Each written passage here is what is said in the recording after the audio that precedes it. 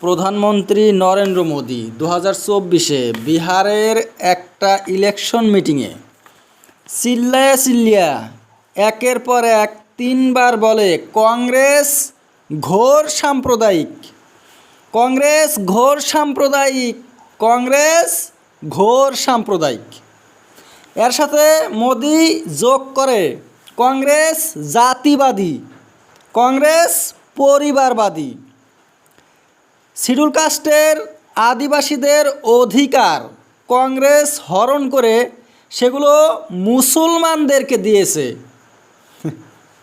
চোরের মার বড় গলা, কথাটা শুনেন, বলেন। চোরের মা নিজেকে তার ছেলেকে ভালো প্রমাণ করতে জোরে জোরে চিল্লায়, যাতে চিল্লানি শোনে মানুষ সাধু বলে মনে করে। কিন্তু 3বার বললেই কি, 30বার বললেই কি, এই চোর যদি একটা ভালো ব্যক্তিকে চোর বলে কি কাজ হবে? সাম্প্রদায়িক হয়েছে বিজেপি, মোদি, সারা বিশ্ব জানে। হাজার হাজার উদাহরণ বের হবে এই সাম্প্রদায়িকতার। কিন্তু চিল্লাচ্ছে যে কংগ্রেস সাম্প্রদায়িক, বিজেপি যে সাম্প্রদায়িক তার প্রশ্নই আসে না।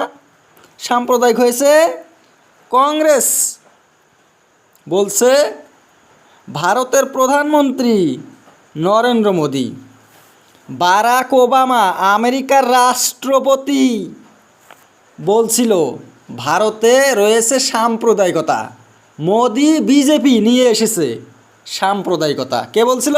আমেরিকা থেকে রাষ্ট্রপতি যে নোবেল প্রাইজ পেয়েছিল সে বলছিল।